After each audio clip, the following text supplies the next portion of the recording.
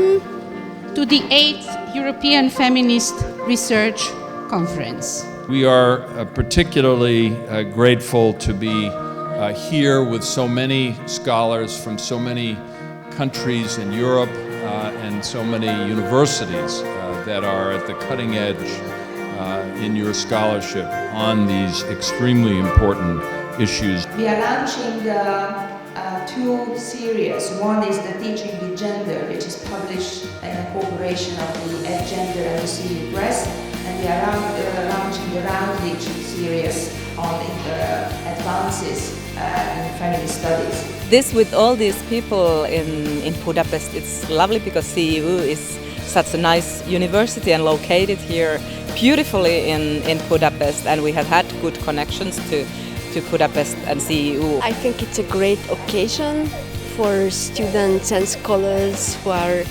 in the field of women's and gender studies to meet and consult and share their recent works, and also to gain energy as well. It's a wonderful field, an amazing possibility, to exchange ideas, to come up with, another conferences ideas, another publications ideas. That's important. And at the same time, because even if it's the, feminist research conference, it's also open for activists. There's an activist dimension always present in the knowledge formation. And in fact, I would say that feminist knowledge production is a form of activism in and of itself, insofar as it engages with critiques with normative science and calls sexism in the academy into question, challenges grand theories, and does a whole range of different things like that. I'm very much interested in the what I would call the sort of affective side of belief that can bring in the political kind of charge and can actually instigate certain and sort of alternative ways of living and feeling and experiencing.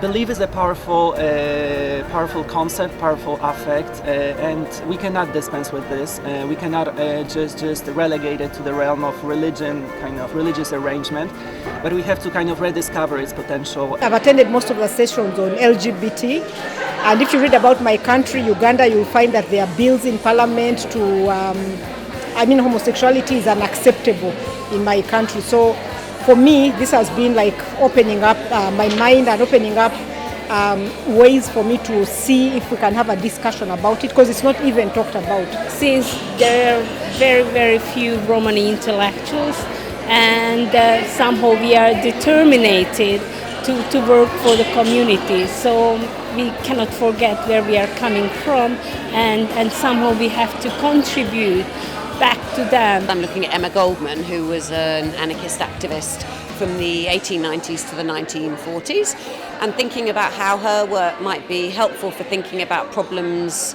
in how gender equality is perceived today. She argues that a counter-politics is a place and time of real joy in its articulation of a different way of relating to others, and the desire to sustain that and inhabit it is what keeps her going. So how to apply in this context the feminist criticism of the liberal concept of autonomous and separate individual? Criticism of neoliberalism is all right, but in women one has to be careful to not eliminate it what was achieved so far. Patriarchy in the region is experiencing deep transformations that go in diametrically opposite ways. So you have more conservatism and you have more opening in the media. So something in between. We have to think about the space in between. In the case of revisionist history writing, memory does not only work backwards, but it also works forwards. It remembers events before they have happened. It has a very clear vision of the future, and the past is playing an important role in appropriating the past. The clear strategic vision of the future makes revisionism powerful.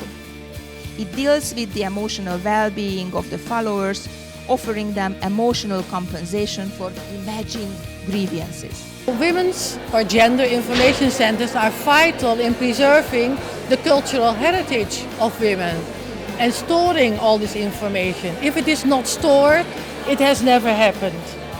I think we have to deal with two things. We have to reach for acknowledgement within our feminist circles, and also we have to deal with the fact that lesbian and women's literature is not very good collected and stored in the traditional library system. And so we have to struggle also for the changing of the classification schemes, for instance, in traditional libraries too. On the Students' Day specifically, we intend for it to be kind of a space for cross-generational dialogue. So, for instance, we have paper workshops in which students or PhD or MA students have submitted a piece of their writing to be read by an expert in their field, basically.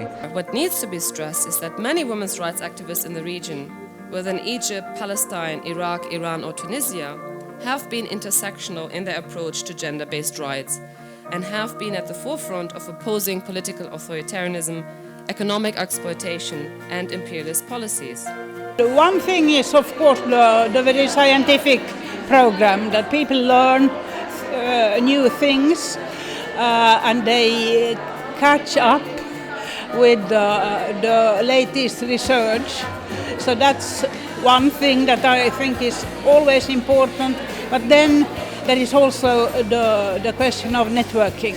One of the things I'm learning from this conference is that it's as if you have to know a lot about a lot, because they'll talk about globalization, they'll talk about care, they'll talk about things like LGTB, they'll talk about so much. So somehow it brings you down to the fact that you need to go and you need to read widely around not just what you're doing but around everything.